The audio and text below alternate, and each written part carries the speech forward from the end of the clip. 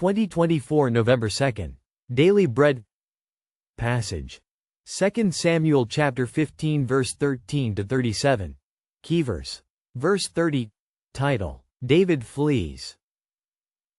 A messenger came and told David, "The hearts of the people of Israel are with Absalom."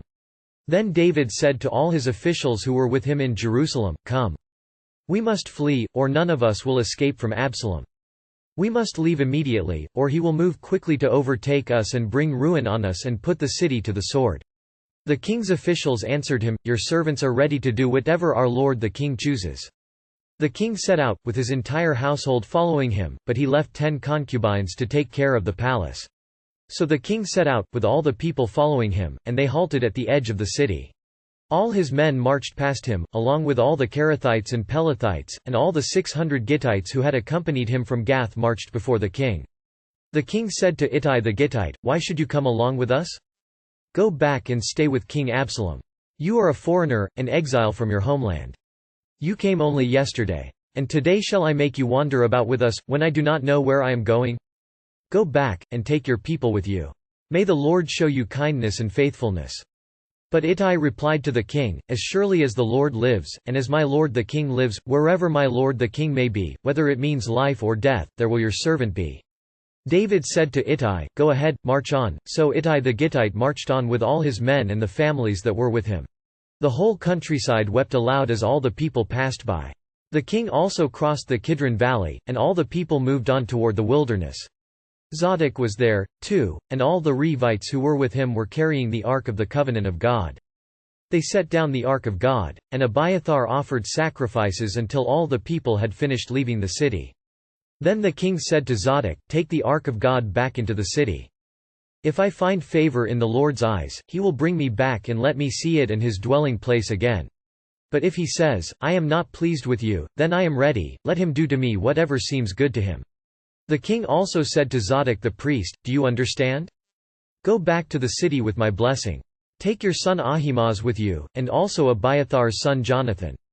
You and Abiathar return with your 2 sons. I will wait at the fords in the wilderness until word comes from you to inform me."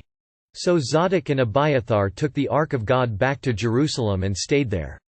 But David continued up the Mount of Olives, weeping as he went, his head was covered and he was barefoot. All the people with him covered their heads too and were weeping as they went up.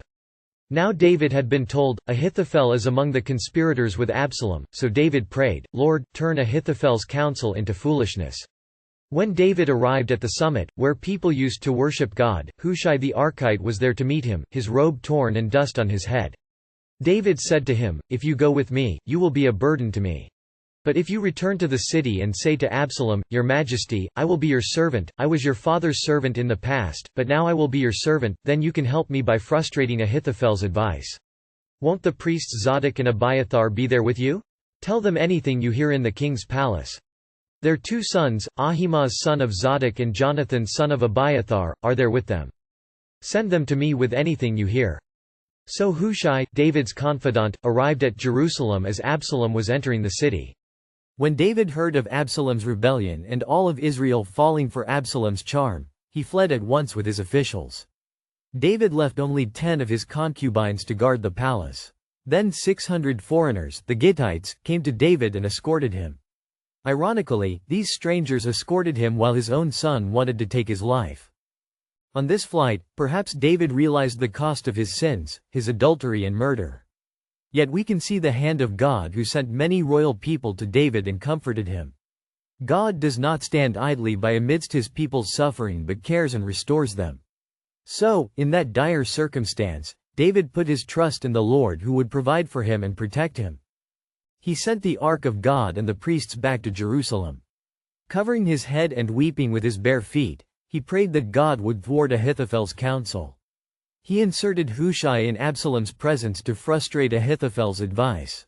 He also asked Zadok and Abiathar to pass on information about Absalom. David was not held back by fear but entrusted his life into God's hands. He prayed and did what he could do with what he had. In times of trials, we need to entrust ourselves to God and do our best by faith.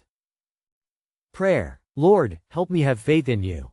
In times of trial, enable us to come to you and pray and do what we can do. One word. God works even through trials.